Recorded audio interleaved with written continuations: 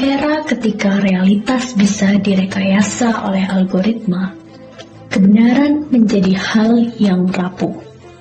Garis antara fakta dan manipulasi semakin kabur, menyisakan ruang abu-abu tempat kekuasaan bersembunyi. Inilah wajah baru penyalahgunaan kekuasaan, bukan dengan senjata, bukan dengan kekerasan fisik, tapi lewat piksel dan suara yang menipu. Sebuah bentuk dominasi yang halus tapi mematikan. Inilah kisah tentang realitas yang direkayasa, abuse of power di era AI dalam demokrasi digital.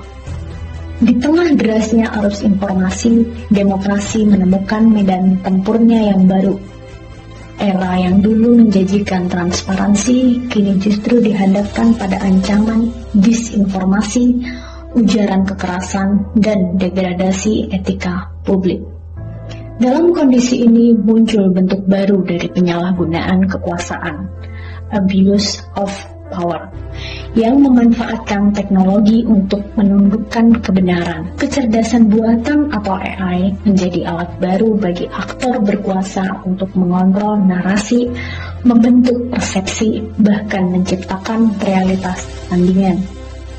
Salah satu bentuk paling ekstrimnya adalah deepfake, rekayasa digital yang mampu meniru wajah dan suara seseorang secara nyaris sempurna. Dalam politik, deepfake bukan sekedar hiburan. Ia adalah senjata yang menyerang integritas pemilu dan kepercayaan publik. Ketika video palsu menyebar dalam hitungan jam, reputasi hancur bahkan sebelum klarifikasi datang. Kalau misalkan kita ngomongin pemilu dan juga teknologi yang digunakan untuk pemilu, itu sebenarnya sudah lama ya dipersiapkannya. Mungkin aku persempit dulu ya. Jadi kalau kita ngomongin teknologi di pemilu, kita bisa merujuk salah satu teknologi informasi yang digunakan oleh KPU, yaitu kalau sekarang tuh jadinya Sirekap ya. Nah, sebenarnya di pemilu sebelumnya Sirekap ini namanya Situng.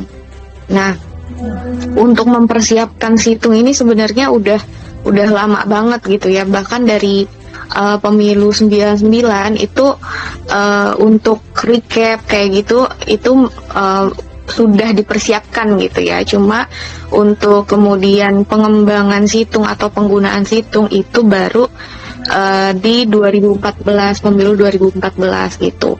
Nah, kemudian kalau misalkan itu kita ngomongin teknologi ya, teknologi yang digunakan oleh KPU untuk rekapitulasi gitu ya. Nah, sebenarnya ada juga banyak teknologi informasi yang kemudian digunakan oleh KPU. Demokrasi di tengah derasnya arus teknologi yang semakin hari itu bakalan semakin ada hal-hal yang baru, teknologi baru yang mau nggak mau juga kita harus pakai. Tapi kalau kita mau menolak sepenuhnya juga kan nggak bisa gitu, Mbak. Mungkin. Iya, betul. Iya, jadi kita sebagai anak muda gitu ya, Gen Z gitu ya, saya rasa juga perlu kritis gitu kalau misalkan ada konten yang kemudian kontroversial, itu harus dicurigai gitu ya, apakah itu benar-benar public figure tersebut yang kemudian melakukan atau yang ada di video tersebut gitu. Karena hal-hal yang kontroversial kayak gitu jangan-jangan digunakan atau dibuat menggunakan AI dalam bentuk deepfake misalkan seperti itu. Jadi menurutku kita harus meningkatkan skeptisisme gitu ya terhadap konten-konten yang ada di medsos gitu. Dan kalau bisa ya percayanya sama berita-berita yang dari sumber berita yang kredibel seperti Kompas, misalkan Detik dan lain sebagainya gitu, sehingga itu bisa dipertanggungjawabkan.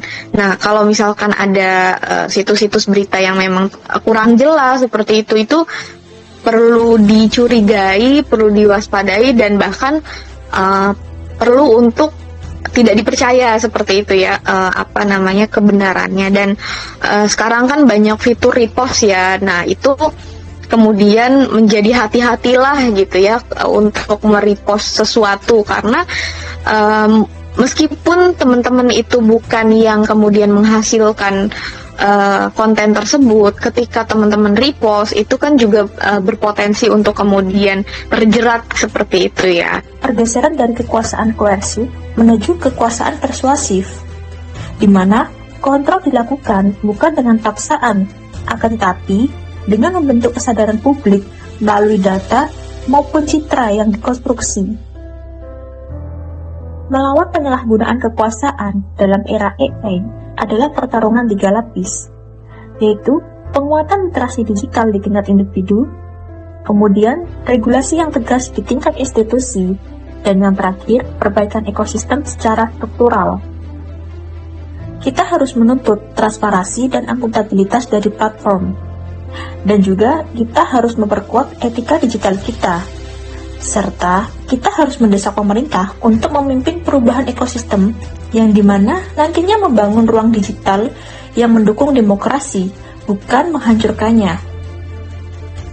Pada akhirnya, masyarakat yang beretika digital dan ekosistem yang sehat adalah benteng terakhir kedaulatan informasi. Oleh karena itu, dalam demokrasi digital ini, kebenaran bukan hanya milik mereka yang berkuasa, akan tetapi milik mereka yang berani berpikir kritis.